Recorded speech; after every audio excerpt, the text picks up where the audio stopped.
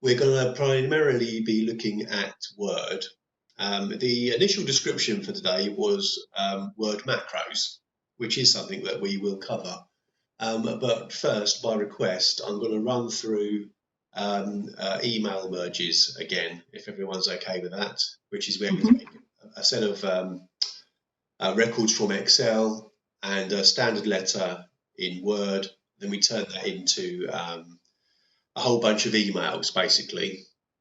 Not that I condone spam in any way, but sometimes if you need to contact a whole bunch of people and you want to send the same letter but personalize it, then this is a perfectly reasonable way of doing it, as long as you put an option to unsubscribe at the bottom, and as long as you stand by that. Okay, so there's three parts or three components, I suppose, to a mail merge.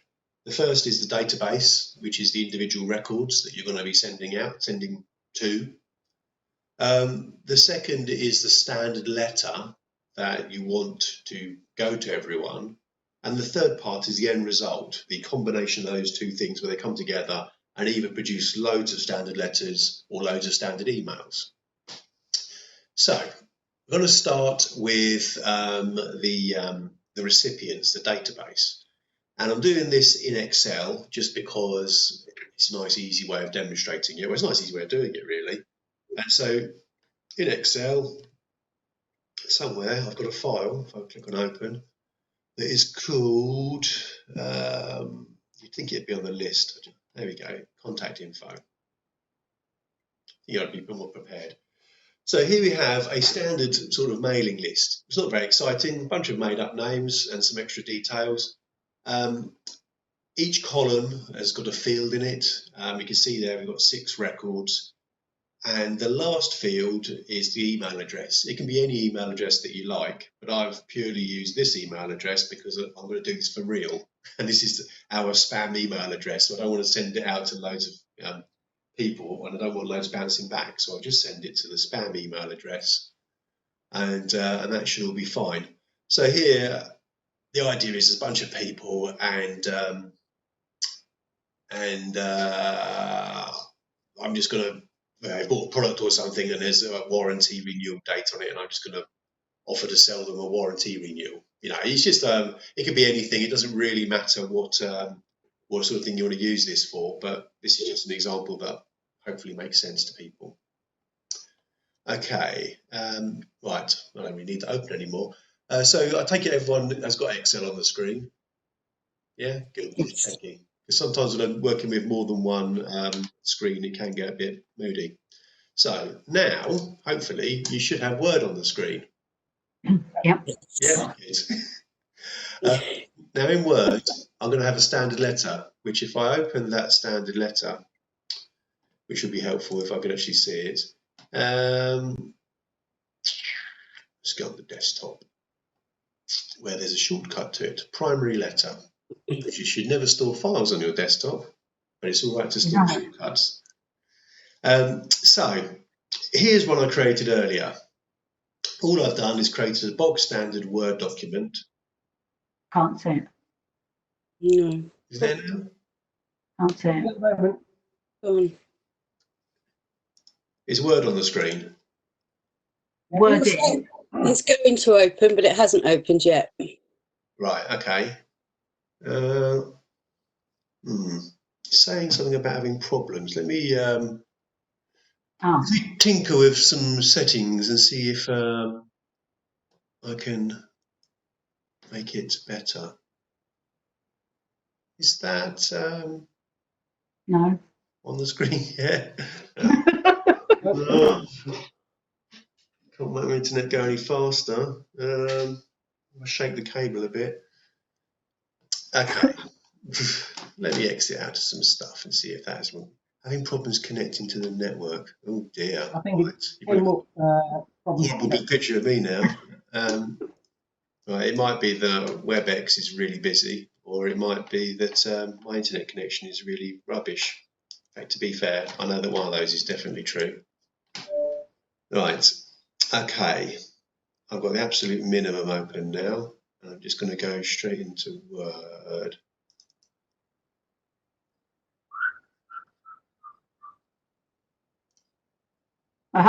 We have you. Yay, that's nice. Okay. Now, let me try this again. Ta-da. You should have Word with a document open. Not yet. Yes. Yay! Yes, Mac. This is yeah. This is the joy of living in the Andalusian countryside, where the internet runs at 4 megabits per second, and the mobile phone signal is non-existent. However, we've done all right up until now. It's been quite good recently. I mean, I actually turn off my Wi-Fi router before starting so that there are no devices connected except for my computer. So, getting back to this here mail merge malarkey, what we have, first of all, I just need to bring up the chat window in case there's any urgent questions being asked. What we have is a document with some X's where there could be fields. So, for example, dear XXX should be dear Mr. Bloggs. Yeah, does it make sense? Yeah. Yeah, good. Yeah. So it's just a full standard document. Now what I need to do is tell Word that I'm doing a mail merge. And so I do this by going into mailings and then starting mail merge. If I click on that box there, it asks me what kind of thing I want to produce, what I want the end result to be. Well, it's pretty straightforward. I could be producing letters, or I could be producing envelopes or labels. But in this instance, I just want to do an email message. So if I click on email messages, then it changes the format, so it's more suited to email. So that's the first thing, starting it. The next thing is select recipients. In other words, tell it where I'm getting my database records from. And so there's three choices there. Type a new list, where I can literally create my list. So this is a good one if you just want to do a quick mail merge on the fly to like 5 people, and you can just type their stuff up, from scratch. Use an existing list is the most obvious one to use, because that way you can pull it in from a database, from an SQL server, from an Excel spreadsheet, from pretty much anything. And the final one, which also works really well, is you can use your Outlook contacts. So if you're the kind of person that meticulously maintains their Outlook contact system as a database, I mean, it can be used as a CRM, believe it or not, but you can just pull it in from there. However, what I'm doing is saying use an existing list. And then I need to tell it where I'm getting my list from. My list can be accessed by going to the desktop and clicking on the shortcut called Contact Info. That's the Excel sheet. And it's recognised it, sheet 1. And when I say OK to that, it's now set that. You don't see anything happen at this stage. It just goes, OK, right, good. And I think if I click on that drop down, it makes no difference to that either. Yeah. Look, he's saying he's having problems connecting, but I'll carry on, and then you can frantically wave or scream if it just stops. Anyway, so the third step is edit recipient list. Now, if I click on that, it will show me all those entries on the database that I've just accessed, and there we can see, if I scroll over, those are all the records that I've got in Excel, in an Excel sheet. Now here, I could filter the list. So if I had 200 names there, or 1,000 names, or some crazy database, I could say, well, I only want to send this to the people in the Southeast, or I only want to send this to people that buy product X, or only, I could narrow it down, or by date or by anything. Now, filtering this list is really easy. I can do that literally by just clicking on the filter button there, and then drag that to the right part of the screen. Let me just I have to move these things around because otherwise they've got stuff sitting on them. Here I can say there isn't really much I could filter by in this particular list, but I could say if it was product XYZ, I could say field product must equal, and then I could type in there the product that I want. So if it was area or sales rep or or a product, I could just put all those things in there, and then this list will become smaller. Or I can just go through, I'm ticking the ones that I don't want. However, that's the recipient list, and when I'm happy with that, I can click on OK. And so I've got my standard letter. I've told it that I'm going to turn it into a mail merge. I've clicked on select recipients to find the Excel database. And now I've gone into edit recipients to see who is on that list. And there I could decide whether I want to filter it or not. So that's one technical bit done. There's only really a few more steps left. The first thing is, or the next thing is to insert some merge fields. Now these X's need to be replaced with something more intelligent. So where it says Dear XXX, I'm going to delete that, put a space in there and replace it with a merge field. And here I can click on the drop down and here's all of my fields from my database. So I don't want it to say Dear full name, I want it to say short name. So Dear Mr. Blogs or Dear Fred. So click on that, it replaces it with short name. You know that yours as a supplier that we use, that's a product name there. I can go into merge field, merge field, replace the exit product name. The warranty will expire on, I can replace that with renewal date, and it's got a cost. I can replace that with warranty price, and I think that's all my XXX's. Yeah, good. Okay, so that's done and it should be ready to go. So if I want to check the content and make sure it's actually going to work, I can click on preview. If I click on preview, it will show me what it's likely to look like. And I can click through the records and I can see you've got Dear John, Dear Jill, Dear Ms. Pank, Dear Mr. Nom, and all their products and values, and it all looks fine. It looks exactly how I want it to look, except for the date format.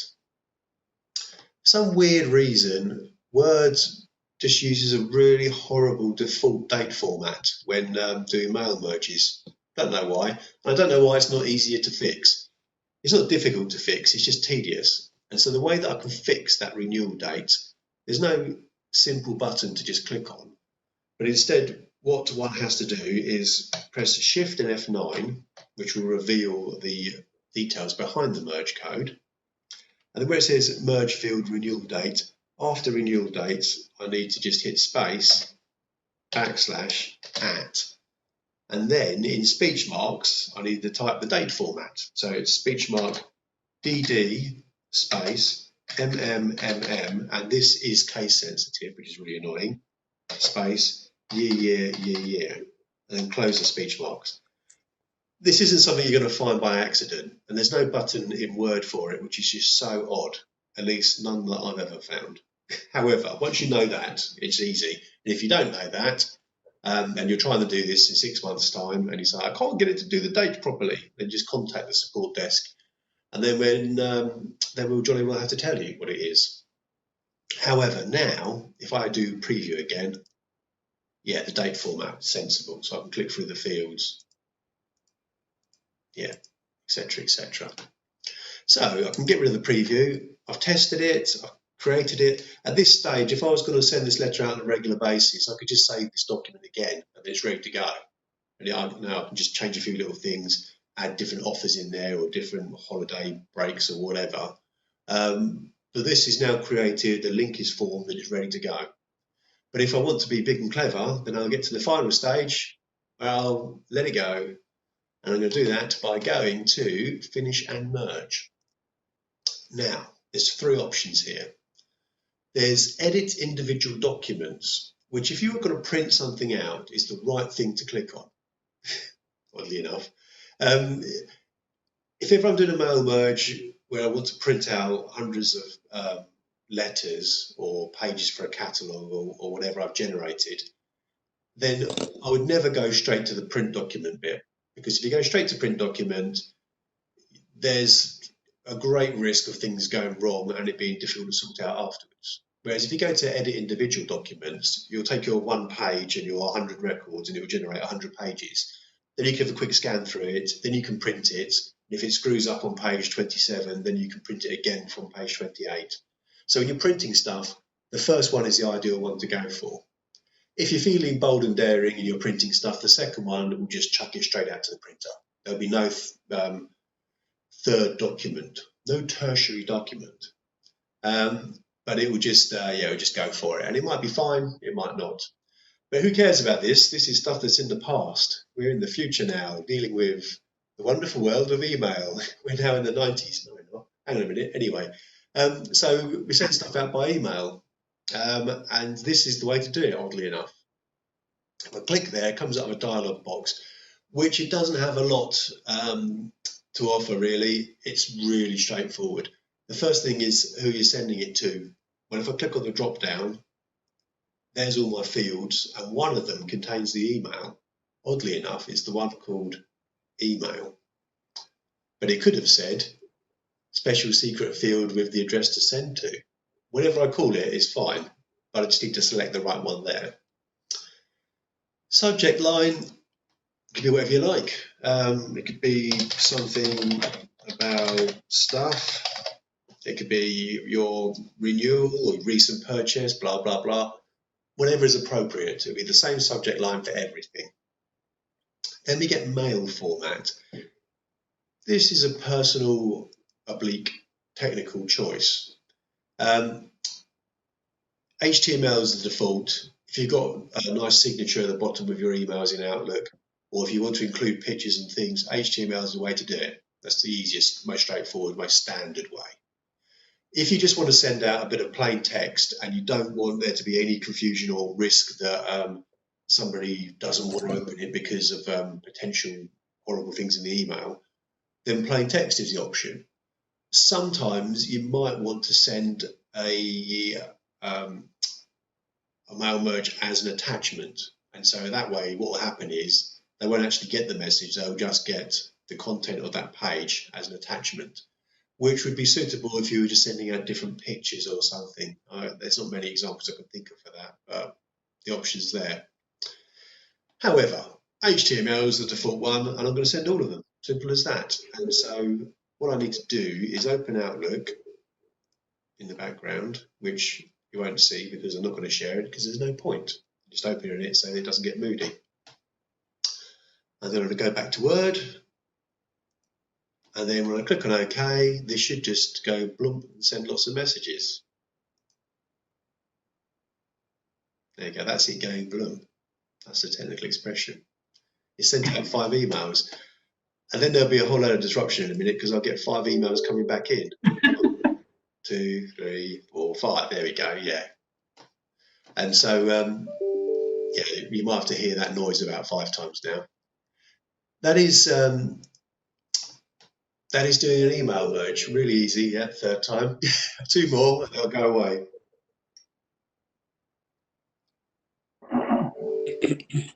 I think that's it. So, yeah, I mean, there's the only other thing to add to that is if you want to send out attachments, as we discussed last time I went through this, you can't do it within a standard Microsoft Word mail merge, where you can't attach a file. However, what you should do for file attachments anyway, so that you can have larger file attachments, so you can have secure file attachments, is you should just put the attachment, well, the file or files that you want to send out, whether it's a catalogue or a set of accounts or whatever information you want to send to all of these people. The best way to do it for our clients is just to put it into their CloudStation folder, and then you can secure it, put a password on it, know that it's GDPR compliant, and then in the email here you can just put a link on there saying you can find accompanying documents here, and then they can click on that link, type a password in, and access the file securely. Easy as that. Good. Any questions? No. Yeah. And the only thing I will say is, so you can put a picture into your email as well. When you've got your Word document and you put a picture in there, it'll just all come over and present well in an email as well. Yes, it will. Let me demonstrate that because I feel compelled to. I think I've still got my standard signature. No, I haven't. Yes, I have. Oh, come on, you can do this. No, maybe not. Sig1. There we go. That's almost a picture. And so now that could be a picture of anything, or I could actually just put a proper picture in here. Let's put a nice picture of. Oh, this is always dodgy when you're not prepared. Not there's going to be any pictures that are inappropriate, but let's just see. I think it might be your Mexican chicken. Yeah. Why on earth would I not want a Mexican chicken in my picture gallery? And I'm going to. It's not just going to be a Mexican chicken. It's going to be a casually placed Polaroid of a Mexican chicken. Oh. It doesn't look like a casually placed Polaroid because it was white on the background anyway. However, that is now going to be an email. And the way I'm going to do that is go to mailings. I don't need to start the mail merge because it knows this is for emails. I don't need to select recipients because actually I'm going to edit recipients. Well, it knows where the recipients are. I'm only going to send it to one person. I'm going to send it to Lenovo. And then when I say OK to that, I can now do my mail merge. Email. Change that about chickens, about peri chickens. Okay, I'll do that now. Blump. And if I listen for the sound, it won't do that because it's already received loads of documents and it's waiting for me to look. If I go to Outlook and there you go, that's the sound. I now open this document and I'm going to gamble. I'm going to gamble on sharing this document. Right, share content. Let's go to Outlook. Okay, have you got Outlook on the screen? No. Oh, yeah, we've got the blip. Oh, it's coming. Let's go there. Whoa. Yay. His email as it looks to the guy that's receiving it. Talking about chicken. Thank you for your recent purchase. There's the chicken, and there's my signature, and there's the JJ Systems spam signature, which is actually a real live active working account. That's great. Second. Yeah, that's really good. Thank you. Yeah, I think it's nice to add a bit of colour, isn't it? You know, so it's greeted with a bit more enthusiasm at the other end. Definitely. Yes. An animated GIF can help. We'll be taking that chicken now, won't we? That's an official Microsoft chicken, I believe. So you're welcome to find it. You've probably got it on your PC somewhere. Right, I'm going to unshare my Outlook now so that you can get Word back. Good. Okay. Let's get rid of that to reduce the burden on my internet connection. Right. So, any other chickens? I was about to say. Any other questions about peri chicken? No, about mail merges. You all happy with that? Really happy. Thank you, Glenn. Yeah. So like I say, it's more straightforward now than it's ever been, and the only thing that's mildly technical is that renewal date or the date function. That's Shift F9, and then you type in this code, and if you can't remember the code, just email me or contact the support desk and say, I can't do this. And then all the people that haven't seen this training that are on the support desk will jolly well have to find out how it's done. But then Sue will know, so she'll better help. Yes. No pressure. No. But there we go. Good. Right. What I'm going to do now then is I'm going to create a new document and do some macro stuff. Fantastic. Let's get rid of the other document. I'm going to save changes. No way. Never. Right. So hopefully you've now got a blank Word document on the screen.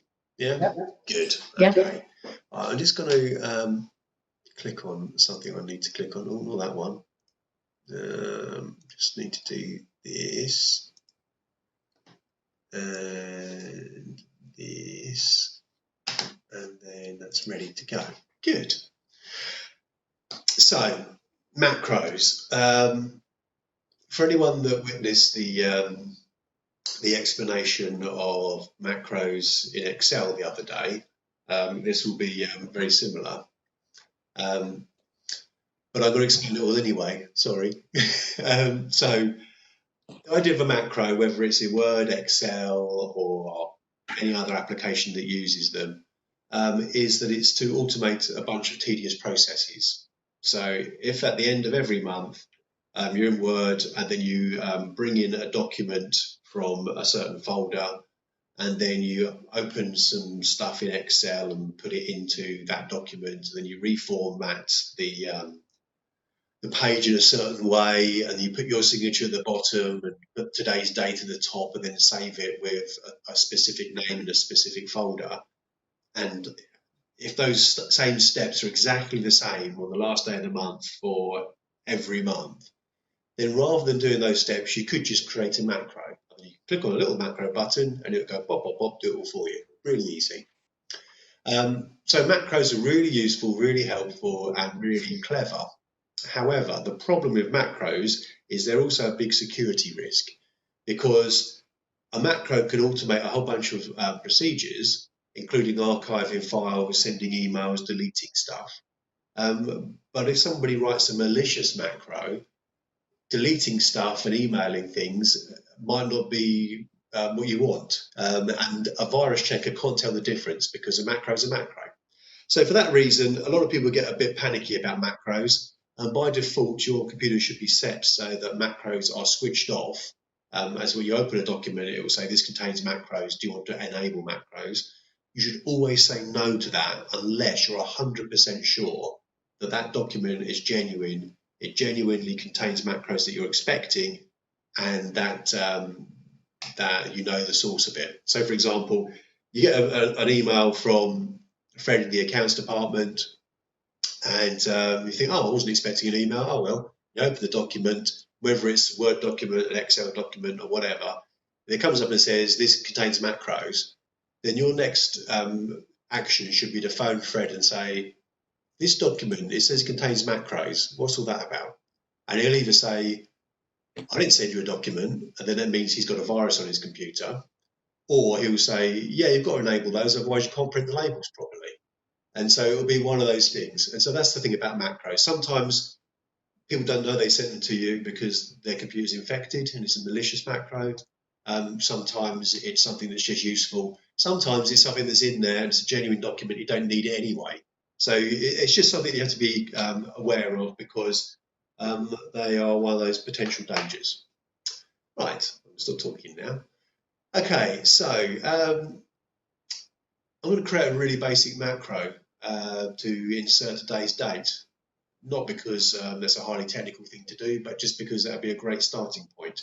So to insert today's date, normally I would click on Insert, go to Date and Time, there it is, choose the format that I like the look of. I think that one looks all right. 28th today, cool. Where'd that month go? Nowhere, that's where it went. And then say, okay, there you go, today's date, simple as that. Now, all those key depressions, far too much work. I just want a little button up there to do it for me. So I'm going to create a macro. If I click on the View tab, there's a button here that says Macros. And again, if you're familiar with the Excel one, it is almost identical. If I click on the button itself, it will just bring up the View Macro screen. If I click on the drop down, it will bring up these three choices. The View Macro screen is not what we want right now, but I'll show it to you anyway. It brings up a list of all the macros that are visible, and we can then edit them, or we can create them, or we can do whatever. I don't remember creating that one. What's that one? It must have been last time. Oh, right, training machine. Probably created that to demonstrate something. Anyway, but however, if I click on the macro button, it lists all my macros. I'll delete that now. And it allows me to either run them or edit them. But like I say, don't want that right now. What I want to do is look at the other options. Pause recording will make more sense in about 30 seconds, but isn't available at the moment because the record macro isn't running. The record macro is how I can create my macro. If I click on that, it'll start. There's two ways of creating a macro. One is to use the recorder, and what that'll do is it'll allow me to do the thing in step by step, the way that I want to do it for real, and it will create the code for me. So it will save me having to put any real effort in. I can just do all the things I want to do, and then it will create the code there and then. The other way to create a macro is to go into the create screen, and it'll bring up the VBA editor, and then I can just start programming in Visual Basic for applications. Easy. Some people don't like doing that, and so the macro recorder is a great place to start. There's nothing wrong with mixing and matching between the two things. So using the macro recorder to record a bunch of steps, and then looking at the VBA editor afterwards, and just tweaking things, because you'd be surprised how easy it is to use VBA. And if you've got the perfect macro, and then somebody says to you, oh no, but that needs to be underlined, or that needs to be green rather than blue, or that some specific change needs to be made, you don't want to record the whole macro again, then you can just record the bit that you want to change and use the VBA editor, like a Word document, to cut and paste bits. Anyway, that'll make more sense in a minute. Macro name. You should really just stick to using letters and numbers for names and not spaces. I don't know whether this version supports spaces, but normally it doesn't. Also, there's a whole bunch of reserved names that you can't use. So I can't call this date, for example, because that would be a reserved name, I would imagine. So I'm going to call it today's date. That'll do. Today's date. And then I've got a choice of how to make it happen. Do I want to assign it to a button or to the keyboard? I don't do either of those right now. I'm just going to leave it to go wherever it wants to go. I'll come back to where to store it in a second, but down here I'm going to put a description, which is insert today's, no, that's bad practice, date.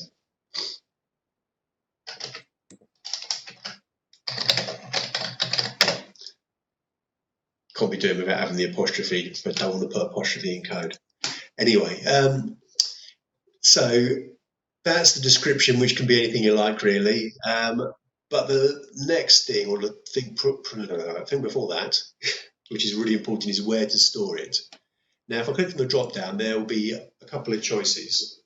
Either in the profile, or my profile, which means it's available to every document, or in this individual document, which means it's only available in this document, but were I to send this document to somebody else, it will be available to them.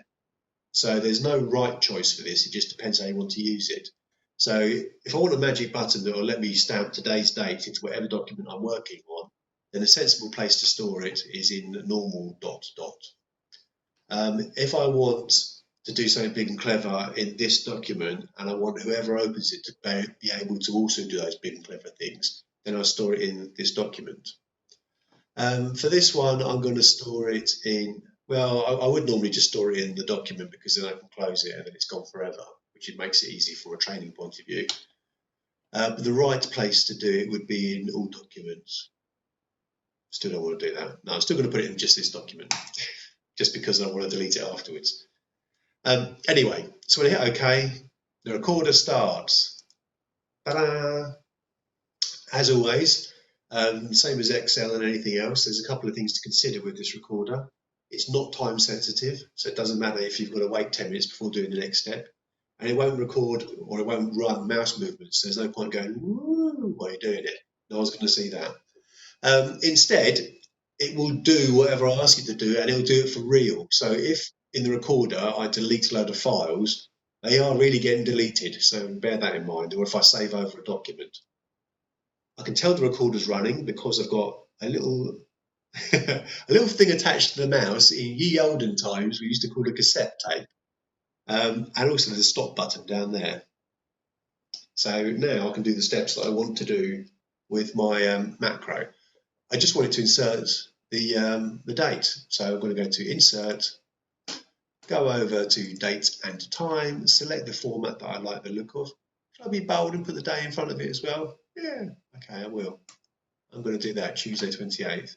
I'm not going to do it as a field. if I wanted it to update every time I open this document, I'd tick that, but I don't. So I'm going to say OK.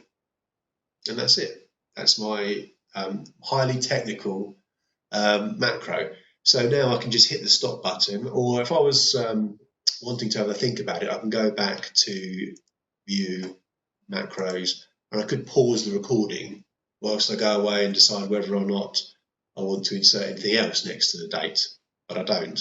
So I'm going to stop recording. And because this stop button is nearer than the other one, I'm going to click on that. There we go. That's my macro. Mind blowing, huh? So what I'm going to do now that I've created the macro, is I can either go to macros and I can run it from there, boom, and it puts today's date in, which is almost pointless because that takes about the same amount of time as clicking on the menu option. Instead, I'm going to go up to here, click on the drop down, go to more commands, and then in here I've got a whole bunch of popular commands. But if I change that to macros, then it shows me all of my macros, which is that one. And if I click on that, click on add, it's now put it into the list of all my shortcut menu items or quick access toolbar menu items. And then when you're adding a macro to a quick access toolbar, that will work. But the really important thing to consider is that if you click on the modify button, you can then change it so you've got a smiley face as the icon. And then when I say OK to that and OK to that, I'm going to go a little smiley face up there. Obviously, if I was being sensible, I'd make it look like a calendar, but that would just be very dull.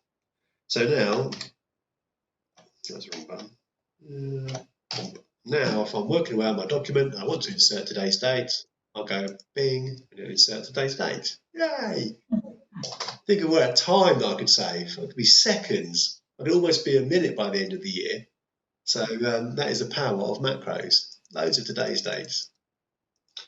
And if I suddenly think to myself, hang on a minute, I don't want to have the day of the week in front of today's date every time. That's a little bit too much. Then I don't want to go to the whole lengthy process of recording a new macro. So instead, I click on the drop down on macros. I don't even need to do the drop down. I can just click on the whole menu. There's my macro, and then I can click on edit. Da, da, da. And here's the VBA editor. Now, I'm not going to go through showing you or teaching you VBA because none of us want that. But I'm happy to talk about it in more depth on another occasion if you like. But what you can see from here is the comments at the top have got the inverted comma in front of them to indicate they're a comment, which is why it's in green, and it means that it's ignoring it. This is what the old days in BASIC we'd called a rem. And here is the code. It says start this function here and end it there, but here's the actual code. And what we're saying is insert this thing with this format in the current location and use all these defaults that are selected there. So what I can do is I can say, well, actually, all I want to do is get rid of that day bit. So it's just day of the month rather than day of the week. If I click there and delete that, then that'll change the date format. If I change that false to a true, it'll insert it as a field. And then when I open the file next time, the date will change and update to the current date. But as I said when I did it, I don't want it to be inserted as a field. But now all I have to do here is close this. And now when I click on my smiley face, ta-da, like so. I have done some VBA programming. I might even put a comma after it. I wonder if that'll, no, I'm not going to do that. Or shall I? Yeah, I'll do that. That's bound to make it go horribly wrong. Date format with a comma. I think that will actually crash if I do that. No, it worked. I was going to have to append it to the end. So yes, there's my date format function. Now, obviously, you can do a lot more technical things with macros. You can do really highly sophisticated ones, but essentially they are just steps. And so if you've got 10 steps to do or 5 steps or even this one, which is really just a one-step process, then all you do is use the recorder and record those steps. And the trick is, if it is something that you do on a regular basis and you want to automate it, just write down the different steps that are involved in making that thing happen, and then try doing it for real. And if that works, then do it again with the recorder switched on. And then you've got yourself a macro. Easy as that. And if you want to email a document to anyone and it's got a macro in the document, then phone them and let them know when you send the, well, before you send the email, preferably. And they'll probably say, no, I haven't received it because we don't receive files with macros in. And there we go. So, any questions? No? Good. Nope. Okay. Well, I won't do any more on that because I think that pretty much covers it. And that might be enough for you anyway, judging by no one asking you questions. Instead, if you've got questions about anything else, now's a great time to ask, or any requests for anything. Tomorrow, I'm planning to do some more Excel, and it'll be stuff that's a bit more complex. And so Friday and yesterday, we did some nice, easy, basic Excel stuff. Tomorrow, I'll do some more technical things that will hopefully generate some questions, and then we can do some other technical things, or even easy things. But if there's anything you would like to see tomorrow, let me know or ask now. If there's anything you'd like to cover at any other time, again, just ask. And if you've got any questions, now would be a brilliant time to air them. So, can anyone think of anything they'd like to see? Good. Well, with me then, excellent. Okay. Well, in that case then, like I say, tomorrow I'll do Excel, and hopefully you'll come along to that, and then we can do some big and clever things there. So thank you for attending today, and Yes, see you soon.